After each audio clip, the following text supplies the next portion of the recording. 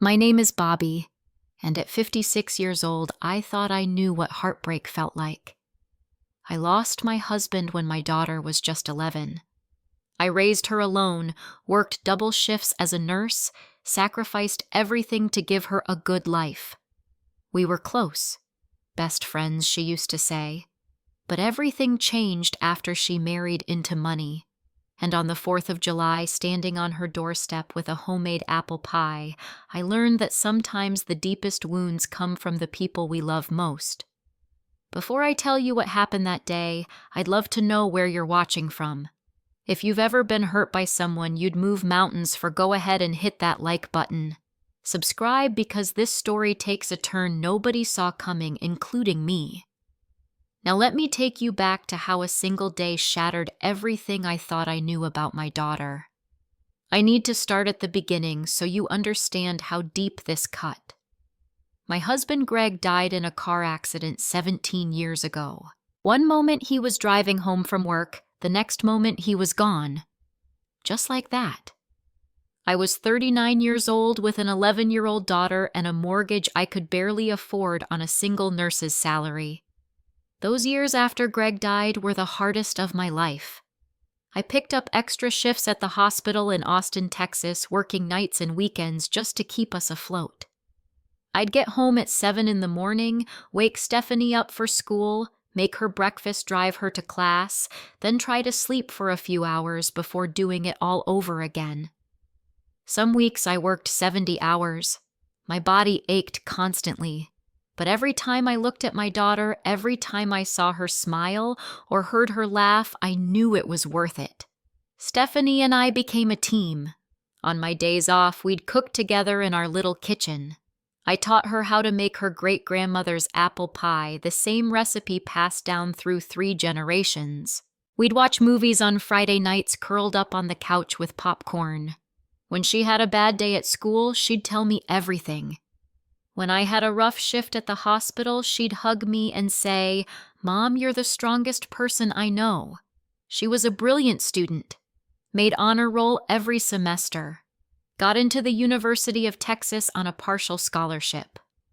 I worked extra hours to cover what the scholarship didn't, but I never told her how many times I skipped meals or wore the same scrubs until they were threadbare. I wanted her to focus on her education, not worry about money. When she graduated with honors in business administration, I sat in that auditorium crying tears of joy. My girl had made it. We had made it together. For years, it was just the two of us against the world. She'd call me every day during college. We'd meet for lunch on weekends. After she graduated and got her first job at a marketing firm in Austin, she'd still come over every Sunday for dinner. She'd tell me about her work, her friends, her dreams. I was so proud of the woman she'd become. Strong, independent, kind. Everything I'd hoped she would be. Then 2 years ago, everything started to shift. Stephanie met Kyle at some networking event downtown. He was 32, 4 years older than her, and worked in finance for a big investment firm. His family had money, real money, the kind I'd never seen in my life. When Stephanie first brought him home to meet me, I tried to like him.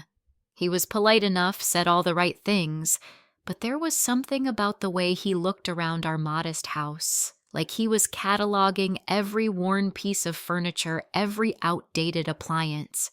It made me uncomfortable. Still, Stephanie seemed happy. That's what mattered, right?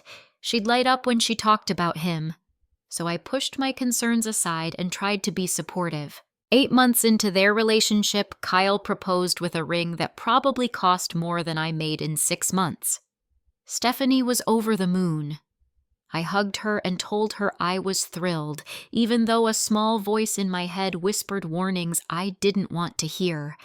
The wedding was big, too big for my taste. Kyle's family insisted on handling most of the planning and paying for almost everything. I contributed what I could, but it felt like pocket change compared to what they were spending. The whole event took place at some fancy country club I'd never even heard of.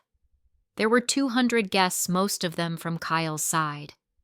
I felt out of place in my department store dress, while Kyle's relatives wore designer labels. That's when I first really met Patricia, Kyle's mother. She was 60 years old, perfectly put together in a way that screamed old money. Every hair in place, every accessory coordinated.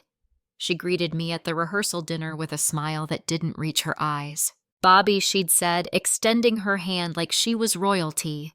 "How lovely to finally meet Stephanie's mother. You must be so proud." Her tone suggested she found it quaint that I existed at all. Throughout the wedding planning, Patricia had opinions about everything. The flowers weren't elegant enough. The menu needed to be more sophisticated. The venue should have been more exclusive. She never directly criticized, but her suggestions always implied that Stephanie's original choices, which I knew came from the girl's heart, weren't quite good enough for the family she was marrying into. I watched my daughter slowly defer to Patricia more and more. After the wedding, things got worse. Stephanie and Kyle moved into a house about 30 miles from me, but it was only 10 minutes from Patricia's sprawling estate. Suddenly, my daily phone calls with my daughter became weekly, then every other week.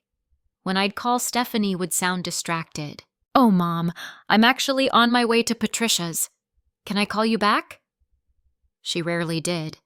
I tried to be understanding. Newlyweds needed space. She was building a life with Kyle. But it hurt. God, it hurt.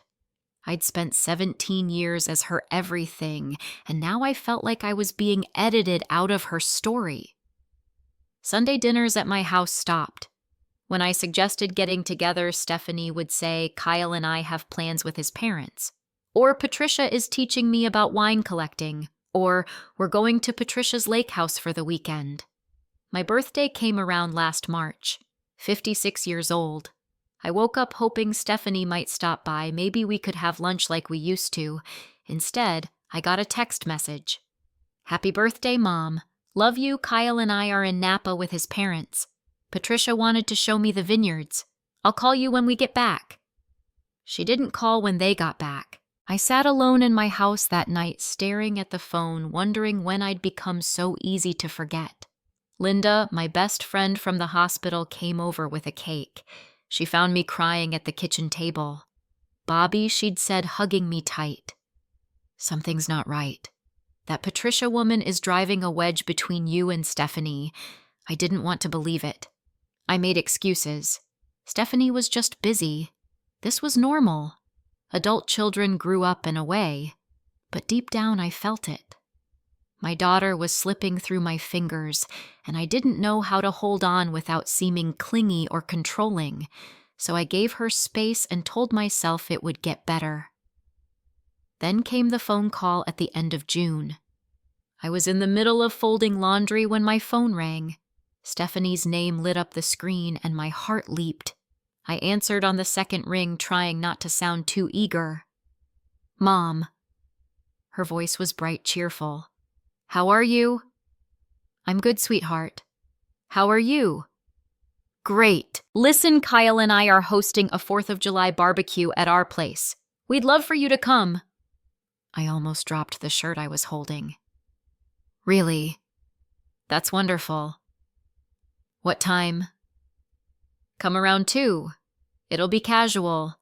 Just family and close friends. Bring yourself, that's all you need." "Who else is coming?" I asked, trying to picture it. "Oh, you know, Kyle's parents, some neighbors, a few friends from work.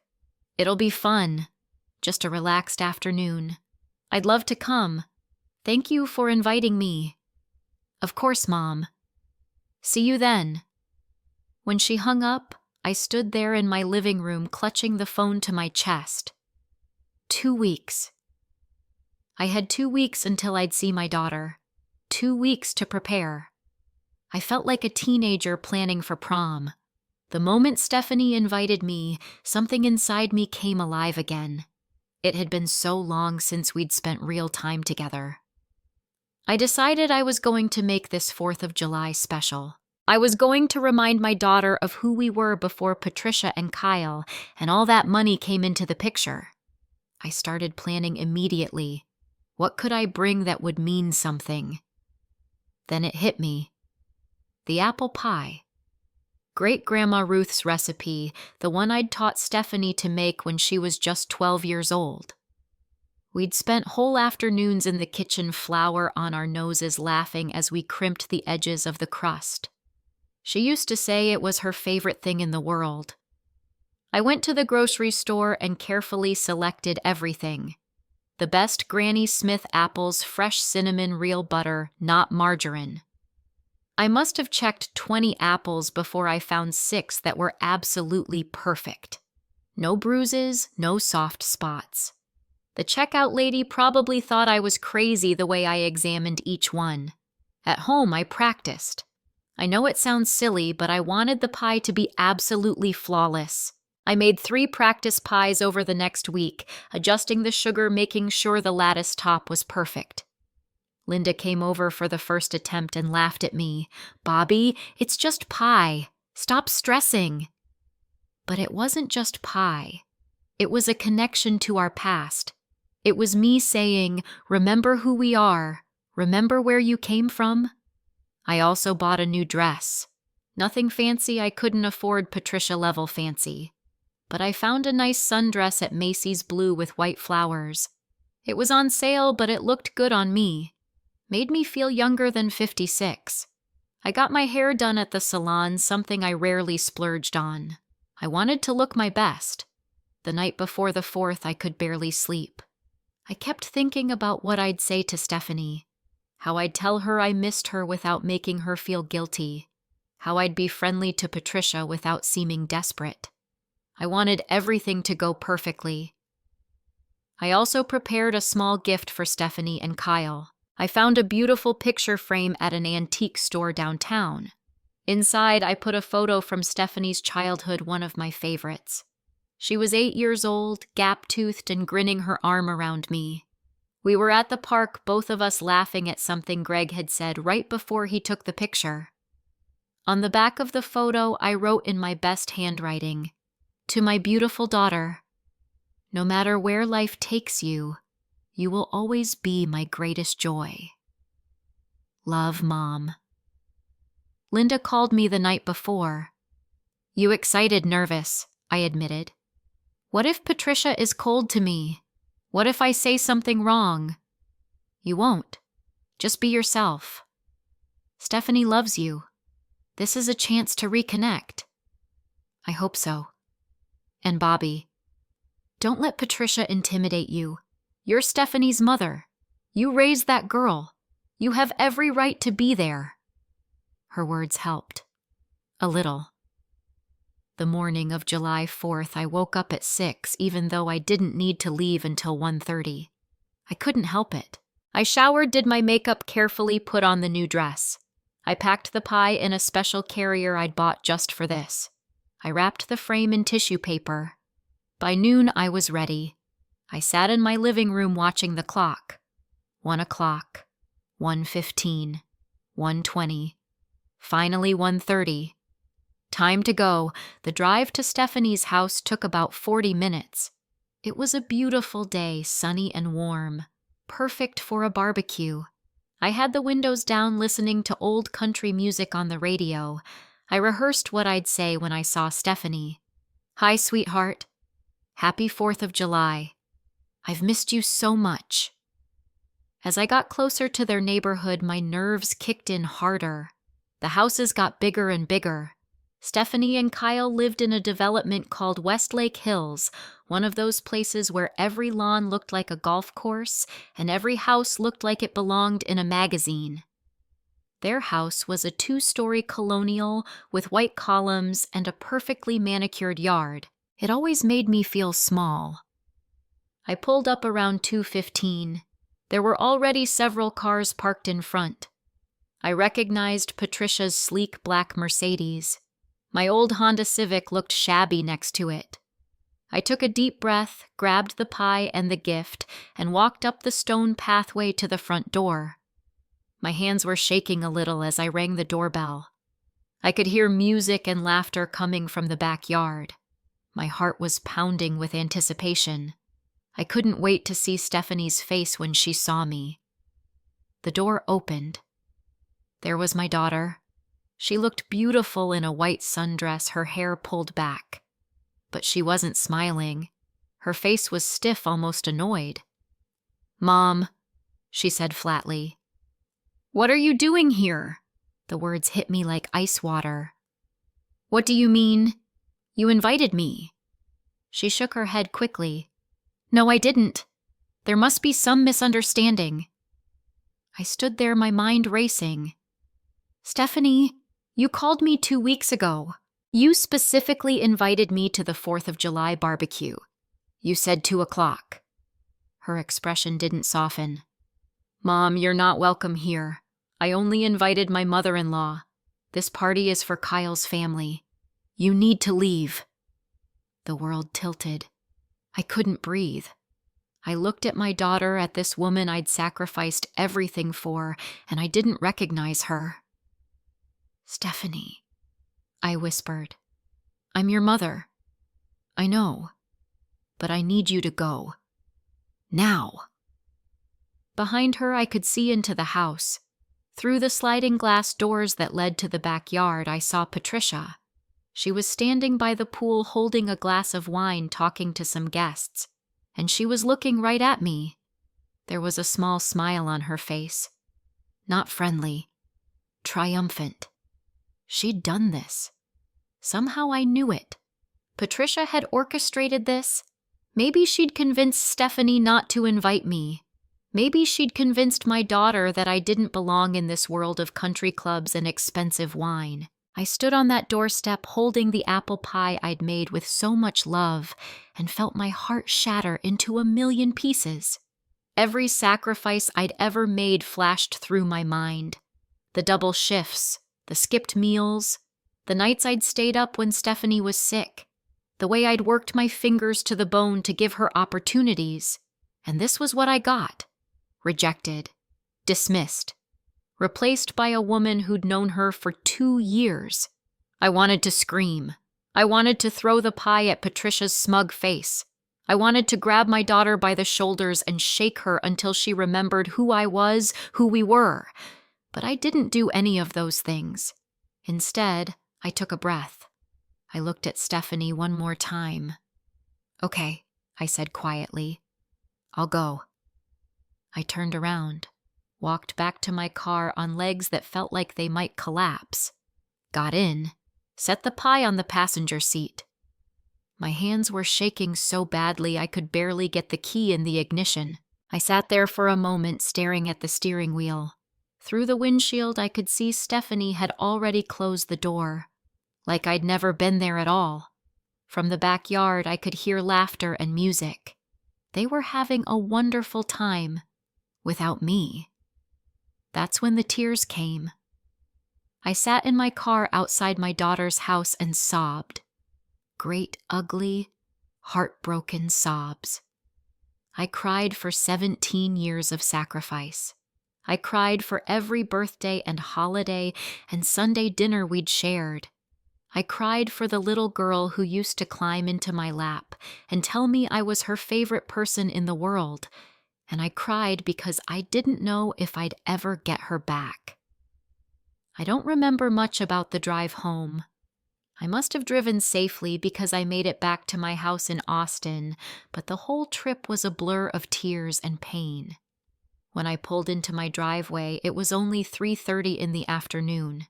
The whole humiliation had taken less than an hour and a half.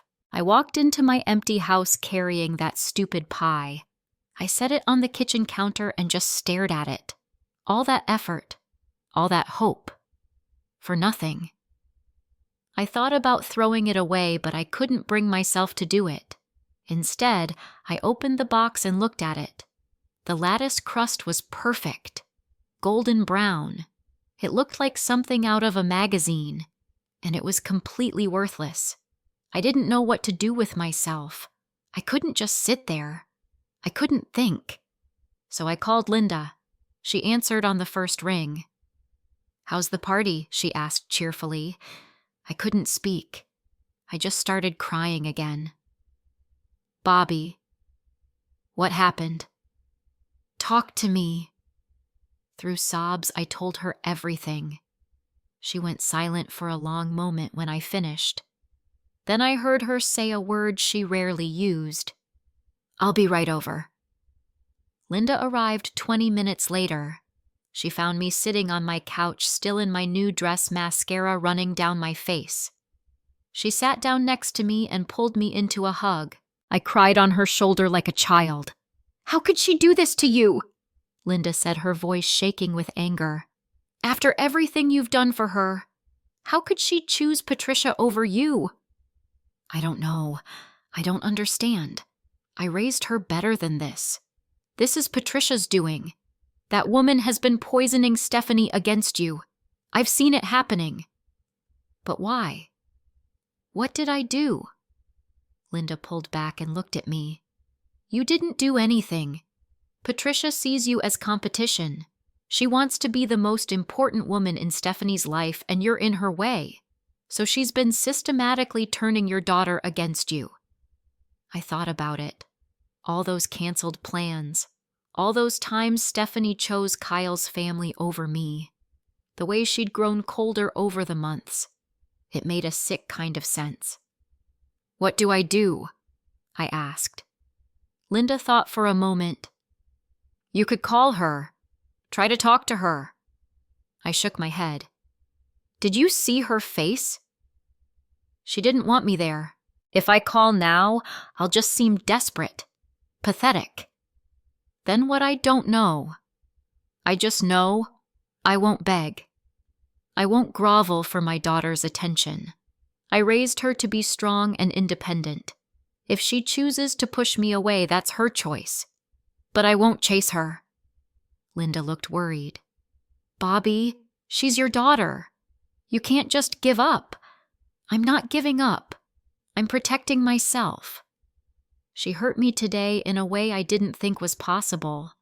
I need time to process that. Linda stayed with me that night. We didn't talk much. She made dinner, but I couldn't eat. We sat on the couch and watched some mindless TV. Around 10, she hugged me goodbye. Call me if you need anything. Anytime, day or night. After she left, I went to my bedroom.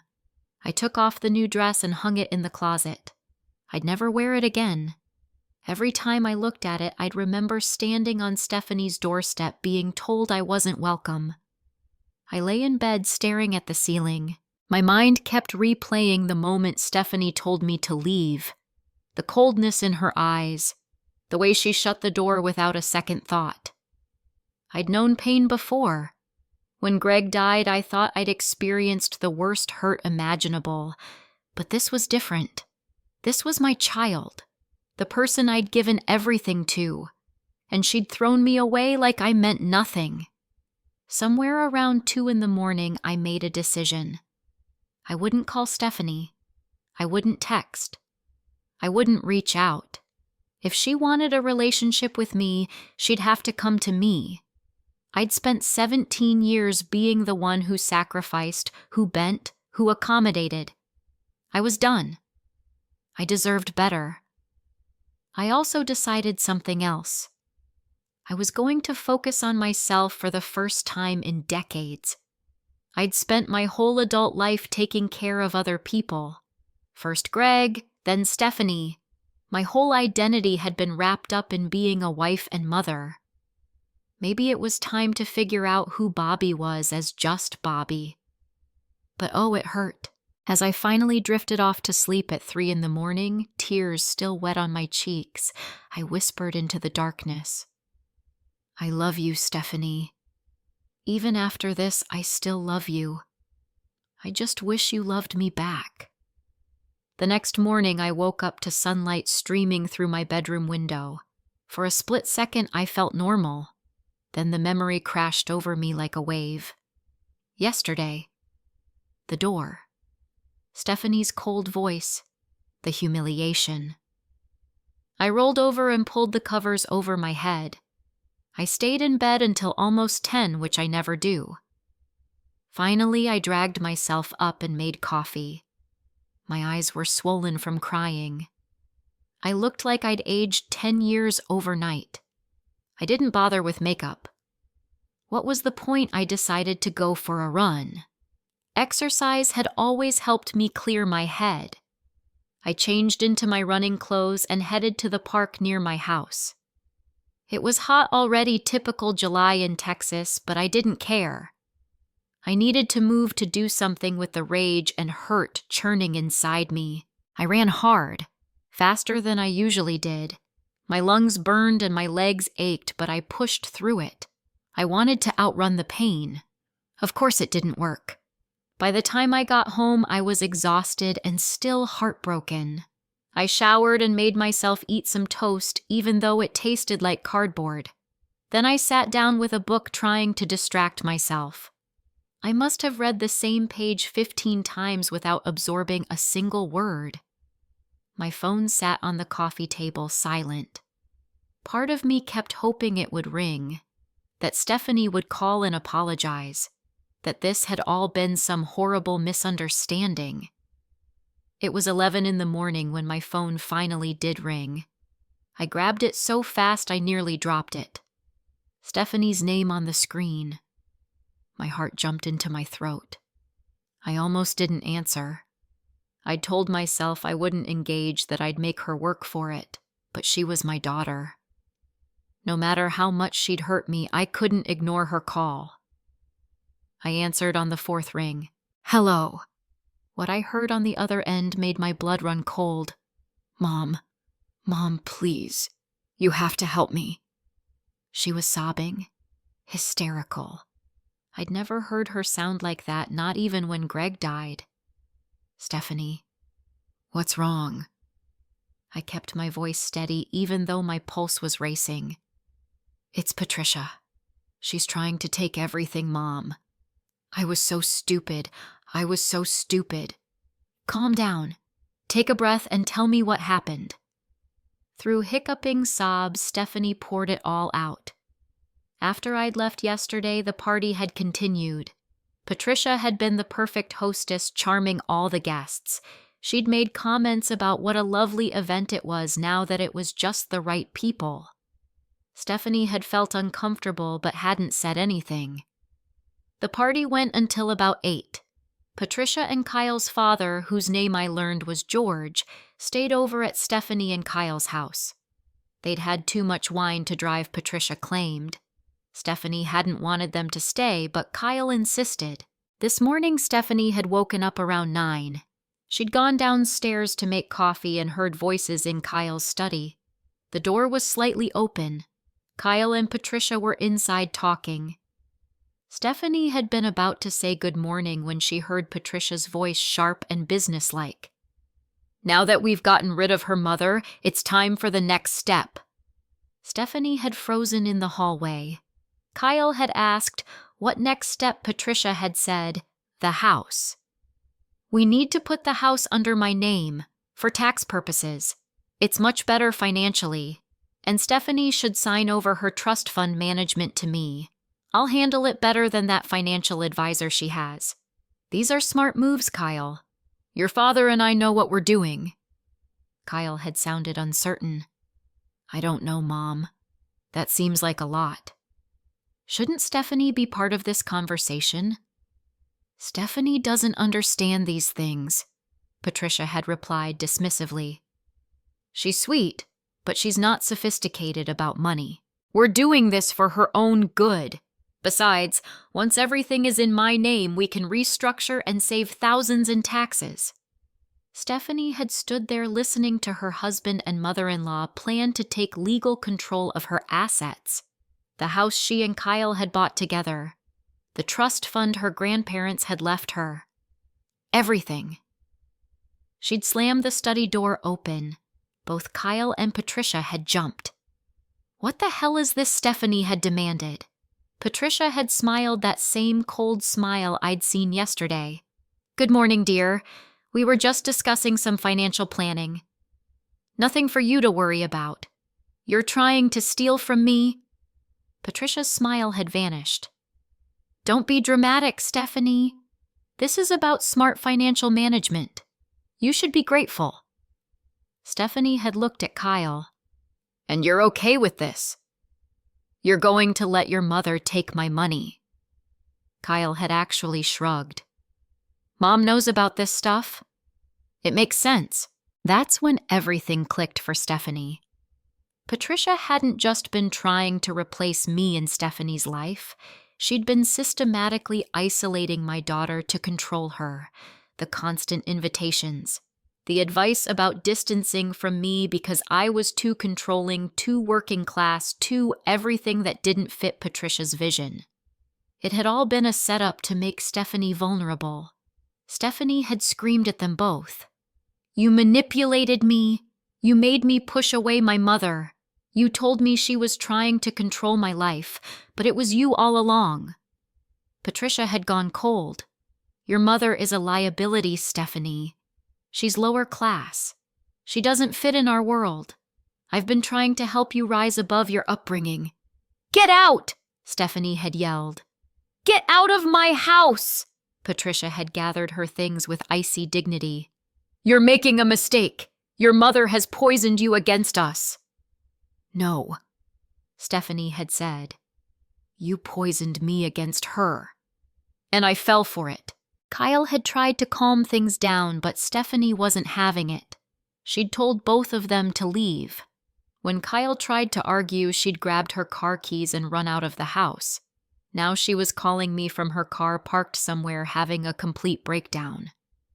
Mom, I'm so sorry I said such horrible things to you. I kicked you out. After everything you've done for me, I'm the worst daughter in the world. I sat there listening, my emotions a complicated tangle. Part of me wanted to say I told you so. Part of me wanted to let her suffer a little to understand how much she'd hurt me. But a bigger part, the mother part, just heard my child in pain. Where are you right now? I asked. I'm in my car. I drove to a park. I can't go back there, Mom. I can't face them. Okay. First thing, you need to breathe. Can you do that for me? I heard her take a shaky breath. Good. Now listen carefully. Do not sign anything. Nothing. Not a single piece of paper. Do you understand? Okay. Second, you need to call your bank right now. If Patricia has any access to your accounts, you need to revoke it immediately. She does. She convinced me to add her to my savings account 6 months ago, said it would be easier for family financial planning. Call them. Now. Before she tries to move money. Oh God. You're right. What else? You need a lawyer. A good one. I don't know any lawyers. I do. I'm going to make some calls. But Stephanie, I need to ask you something and I need you to be honest. Can you do that? Yes. Can I come home? To your place? I paused. I thought about yesterday. About standing on her doorstep while she told me I wasn't welcome. About the pie sitting on my counter. About the tears I'd cried. About the promise I'd made to myself that I wouldn't be a doormat. Stephanie, I said slowly, what you did to me yesterday was one of the most painful things I've ever experienced. You chose Patricia over me. You told me I wasn't welcome in your life. She sobbed harder. I know. I'm so sorry. Sorry is a start. But I need you to understand something. If you come to my house, if I help you through this, things are going to be different. I will not be treated like that again. Ever. Do you understand? I understand. I mean it, Stephanie. I will always love you. You're my daughter, but I will not tolerate being disrespected or pushed aside. You hurt me. I know, Mom. I know. I don't deserve your help, but I don't know what else to do. I don't know who else to call. And there it was. My daughter, lost and scared, calling for me. The way she'd called for me her whole life. When she'd skinned her knee at 7. When she'd had her heart broken at 16. when her father died and she'd crawled into my bed every night for a month. I was her mother. No matter what Patricia had done, no matter how much Stephanie had hurt me, I couldn't turn my back on her. "Come home," I said quietly. "Come to my house. We'll figure this out together." "Thank you. Thank you, Mom. I'm leaving now. Drive carefully. And Stephanie." "Yeah, this conversation isn't over. When you get here, we're going to have a long talk about what happened, about boundaries and respect. Understood?" "Understood. I'll see you soon." I hung up and sat back on my couch. My hands were shaking. I felt a weird mix of emotions. Vindication that I'd been right about Patricia. Anger at Stephanie for how she'd treated me. Relief that she'd finally seen the truth. And underneath it all, that deep, unshakable love that comes with being someone's mother. I called Linda. "You're not going to believe this." After I told her everything, she whistled low. Patricia tried to steal from her. "That's fraud." "I know.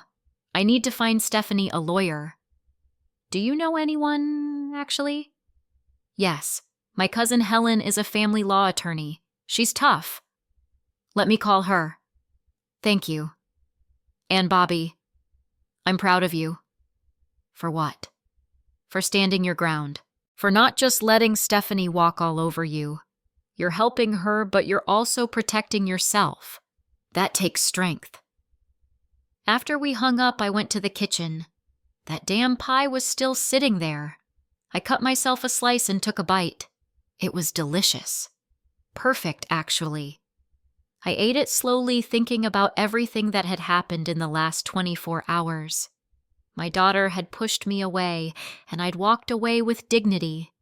She'd fallen into Patricia's trap, and she'd had to face the consequences.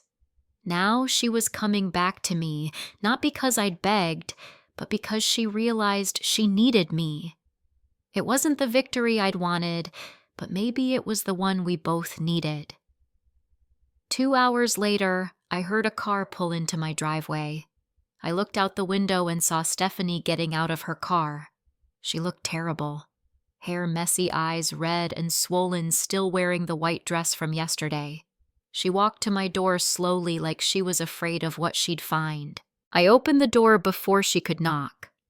We stood there for a moment looking at each other. Then Stephanie broke down completely, and I pulled her into my arms. She collapsed against me, sobbing, and I held her the way I'd held her 1,000 times before. My baby. My girl. Even after everything, she was still mine.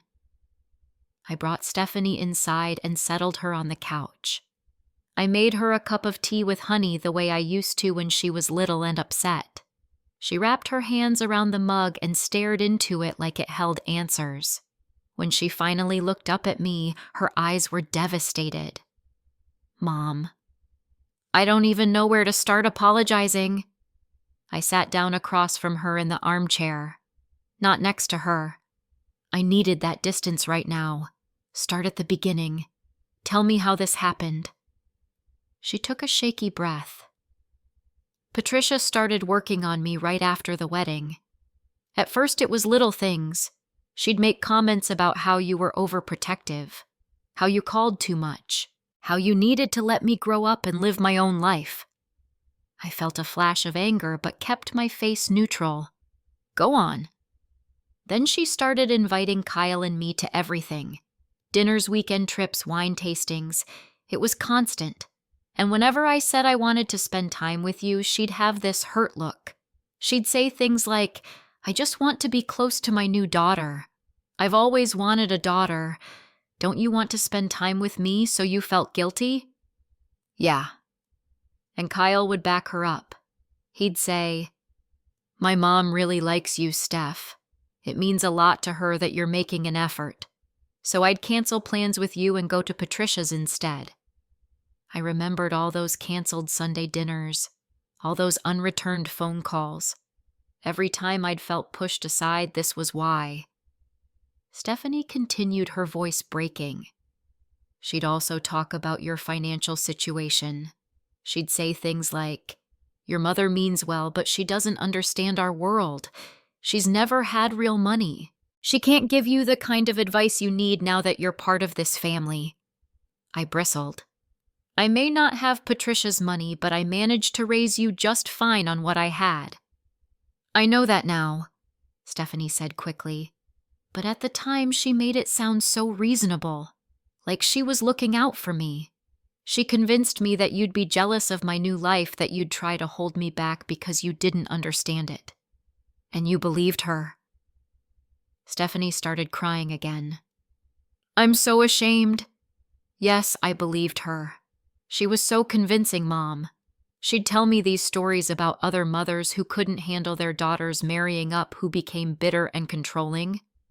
She made me paranoid that you'd become like that." I took a deep breath, trying to process this. "So the 4th of July. She convinced me not to invite you. She said it would be awkward having you there with all of Kyle's business associates, that you wouldn't fit in, that it would be better for everyone if it was just Kyle's family. And when I showed up anyway thinking I'd been invited..." Stephanie put her face in her hands. I panicked. Patricia was right there and all these people were watching. I just wanted you gone. I was so horrible to you, Mom. Standing there with your pie looking so happy to see me, and I just shut the door in your face. Her shoulders shook with sobs. I watched her cry and I felt my own anger warring with sympathy. She'd been manipulated, yes, but she was also a 28-year-old woman who'd chosen to believe the worst about me. "Stephanie," I said quietly, "I understand that Patricia manipulated you, but you're an adult. You knew me. You knew the kind of mother I'd been to you your entire life. How could you believe I'd suddenly become this jealous, controlling person?" She looked up at me, tears streaming down her face. "I don't know. I think part of me was so excited to be part of Kyle's world. The money, the status, the fancy parties. Patricia made me feel special, like I was becoming someone important. And in the process, I convinced myself that my old life, our life, was somehow less than. That hurt more than anything. Less than." "I'm sorry," she whispered. "I know that doesn't fix anything, but I'm so sorry." I leaned back in my chair. Apologies are important, but they're just words, Stephanie. What matters now is what you do next. Do you understand that? She nodded. "Good, because here's what's going to happen. First, you're going to call your bank right now and remove Patricia from your accounts. Then you're going to call Helen Carter, a lawyer Linda knows. You're going to tell her everything Patricia tried to do. And you're going to protect yourself legally. Okay. Second, you and I are going to have a serious conversation about boundaries, about respect, about what our relationship looks like going forward. Because, Stephanie, I love you. You're my daughter, and I will always love you. But I will not be treated as disposable. I will not be second to Patricia or anyone else. If you want me in your life, you need to prioritize our relationship. Do you understand? Yes. That means when I call you, answer or call back within a reasonable time. It means we have regular visits that you don't cancel for Patricia. It means you stand up for me when people disrespect me. Can you do that? I can. I will. I promise, Mom. Third, you need to deal with Kyle. Because this isn't just about Patricia.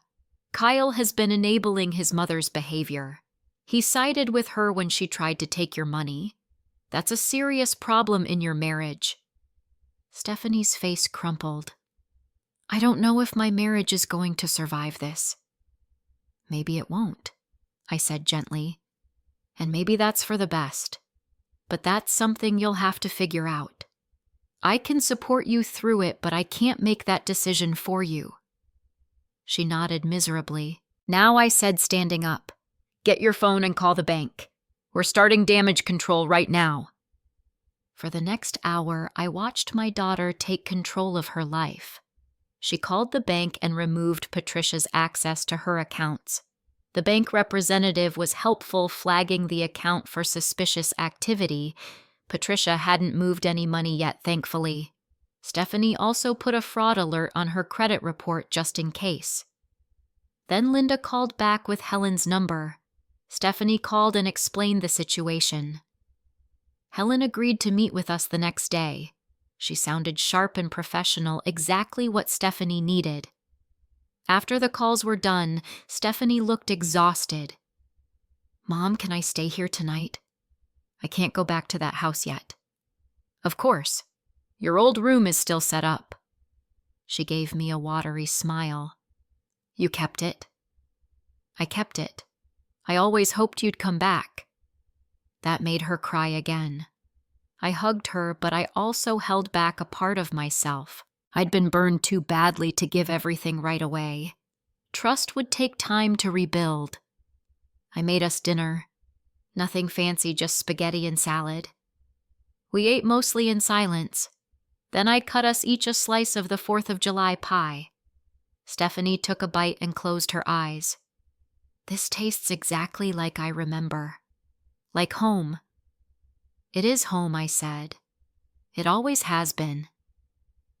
After dinner, Stephanie went upstairs to shower and change into some old clothes she'd left behind years ago. I cleaned up the kitchen and tried to process everything that had happened. 24 hours ago, I'd been standing on her doorstep being rejected. Now she was sleeping in her childhood bedroom, hiding from her husband and mother-in-law. Life was strange. When Stephanie came back downstairs in an old University of Texas t-shirt, she looked more like herself, more like my daughter. We sat on the couch together, and for the first time in months, we just talked. Really talked. "Tell me about work," I said. "You haven't mentioned your job in forever." She did. She told me about projects she was working on, challenges she was facing, a promotion she was hoping for. I listened and asked questions. It felt good, normal. Then she asked about my life. I told her about Linda, about the new doctor who'd started at the hospital, about the book club I'd joined. As I talked, I realized how much I'd been living my own life these past few months. I'd been hurt by Stephanie's distance, but I'd also started filling the void with other things. "Mom," Stephanie said suddenly, "I haven't asked about you enough. I got so caught up in my new life that I forgot to care about yours. That was selfish." "Yes, it was," I agreed. "But you're here now, and you're listening. That's a start." We talked until almost midnight. Finally, Stephanie's eyes started drooping. I sent her to bed and sat up alone for a while thinking. My daughter had come back to me. Not the way I'd wanted, not without pain and damage. But she was here, and tomorrow we'd start fixing what had been broken. The next morning, we met Helen Carter at her office downtown. Helen was in her 50s with short gray hair and sharp eyes that missed nothing. She shook both our hands firmly and got straight to business.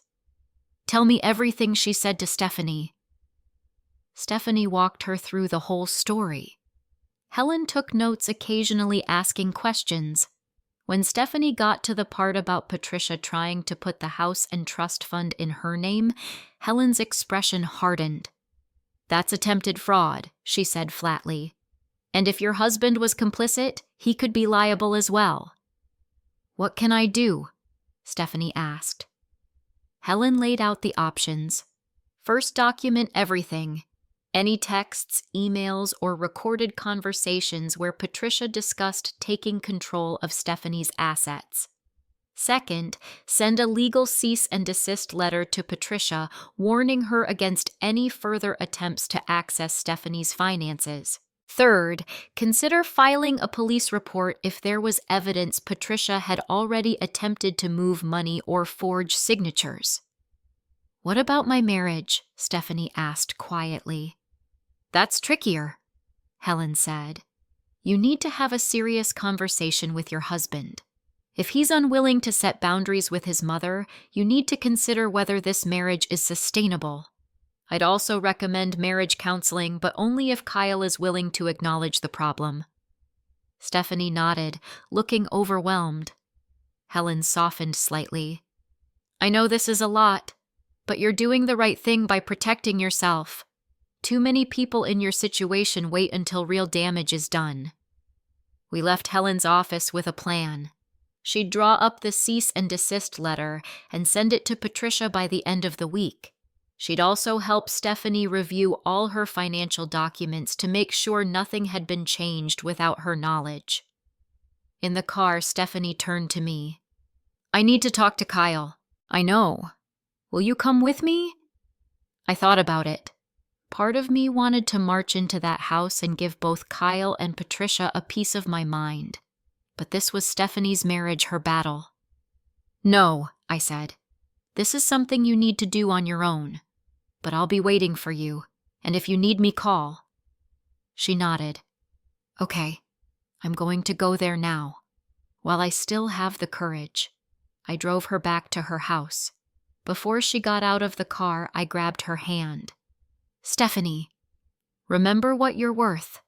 Don't let them make you feel small. I won't. I watched her walk up to that big fancy house, shoulders squared, head high. My girl. For the first time in months, she looked strong. I drove home and waited. It was the longest 3 hours of my life. I tried to read, to watch TV, to distract myself. Nothing worked. Finally, my phone rang. Mom. Stephanie's voice was shaky, but not hysterical. I did it! Tell me!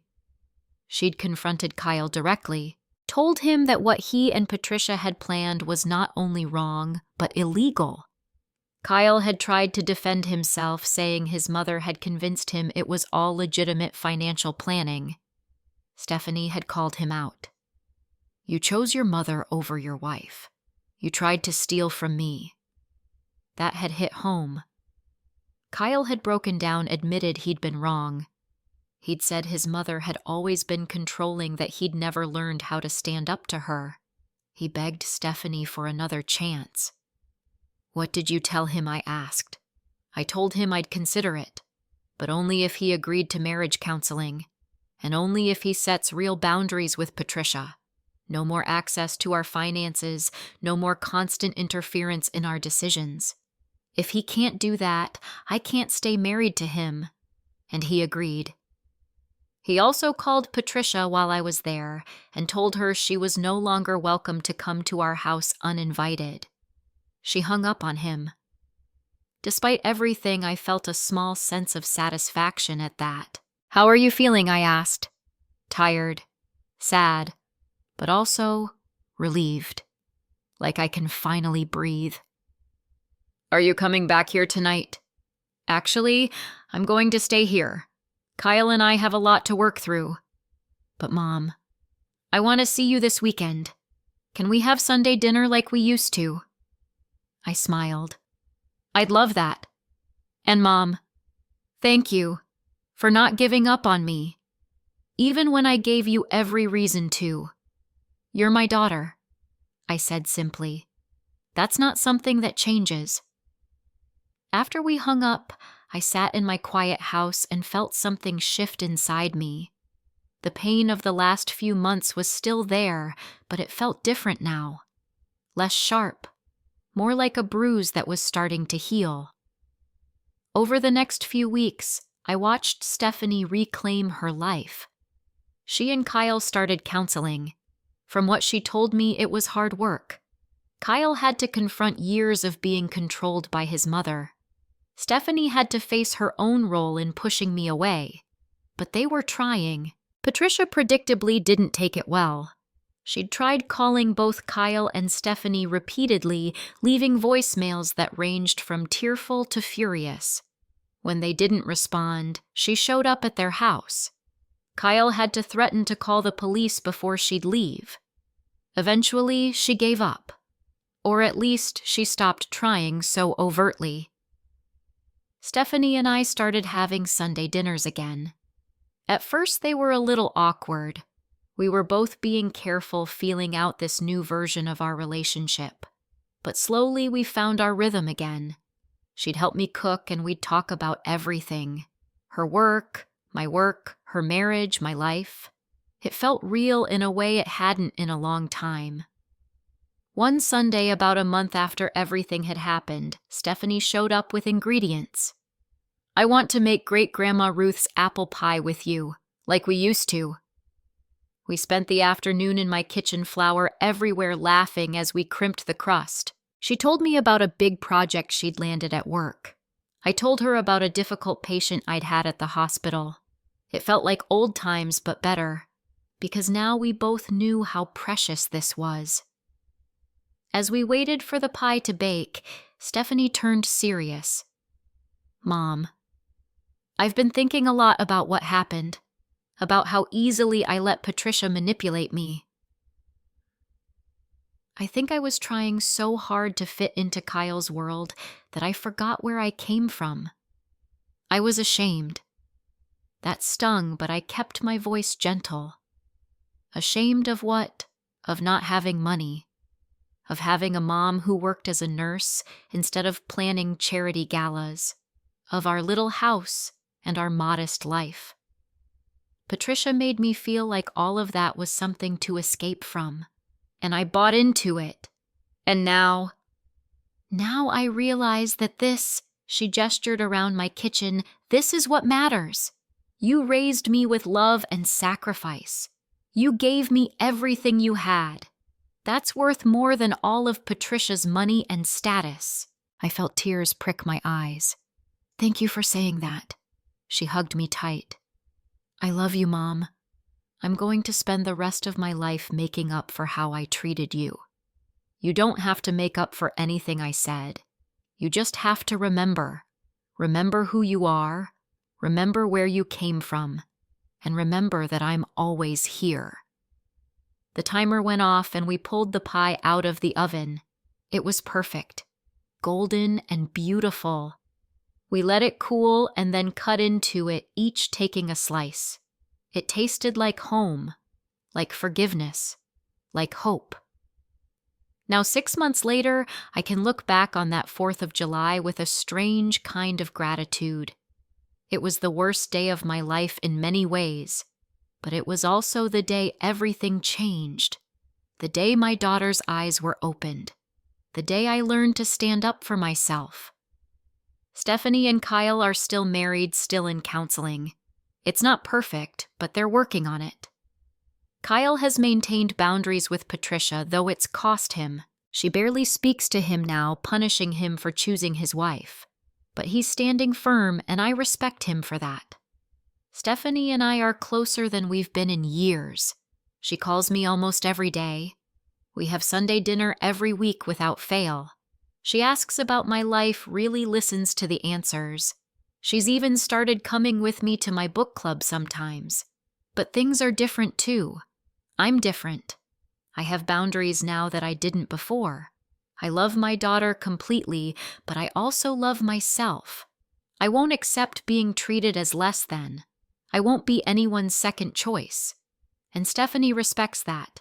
She's learned that relationships, even the mother-daughter bond, require mutual respect and effort. As for me, I've discovered who Bobby is outside of being a mother. I've joined a hiking group. I've started taking painting classes. I've even been on a few dates, though nothing serious yet. I'm 56 years old, and for the first time in my adult life, I'm putting myself first. It feels good. Patricia still exists in the background of our lives. She occasionally tries to worm her way back in, usually around holidays, but Stephanie has learned to recognize the manipulation tactics. She keeps her distance and protects her boundaries. I'm proud of her for that. Sometimes Stephanie asks me if I ever think about that day standing on her doorstep with the pie. I tell her the truth. Every single day, but not with the same pain. Now it's a reminder of how strong I am, how much we both survived, how far we've come. The other day, Stephanie told me she wants to pass down Great-Grandma Ruth's apple pie recipe to her own children someday, when she has them. She wants them to know where they come from. She wants them to know about the great-grandmother they never met, the grandmother who sacrificed everything and the mother who finally learned to stand up for herself. I think about the woman I was on July 4th, hopeful and naive, thinking a homemade pie would fix everything. She was sweet but foolish. The woman I am now is harder in some ways, but also freer. I know my worth. I know I deserve respect. And I know that love, real love, doesn't require you to make yourself small. That 4th of July changed everything. It broke my heart, but it also opened my daughter's eyes to who really had her best interests at heart. Sometimes the most painful moments teach us the most important lessons. I got my daughter back, and this time our bond is built on honesty, boundaries, and genuine respect. We're not perfect. We still have hard days. Sometimes old hurts surface and we have to work through them. But we're real with each other now in a way we never were before. And that's worth everything. So if you're watching this and you've ever felt pushed aside by someone you love, let me tell you something. Stand your ground. Know your worth. Don't beg for crumbs of affection from people who should be giving you the whole feast. Real love respects you. Real love makes room for you. And sometimes the people we love need to lose us to realize what they had. I'd love to hear from you. Have you ever had to set boundaries with someone you love? Have you ever been manipulated by someone who seemed trustworthy? Drop a comment below and share your story. And if this resonated with you, please hit that like button and subscribe. Share this with someone who needs to hear it. Someone who's been feeling like they don't matter. Because they do. You do. Thank you for listening to my story. I hope it brings you comfort, strength, or maybe just the reminder that you're not alone. Whatever you're going through, whatever relationship is breaking your heart, remember that you deserve to be treated with love and respect. Always. Take care of yourselves out there. And remember, sometimes the people who hurt us the most end up teaching us the most valuable lessons. Be well.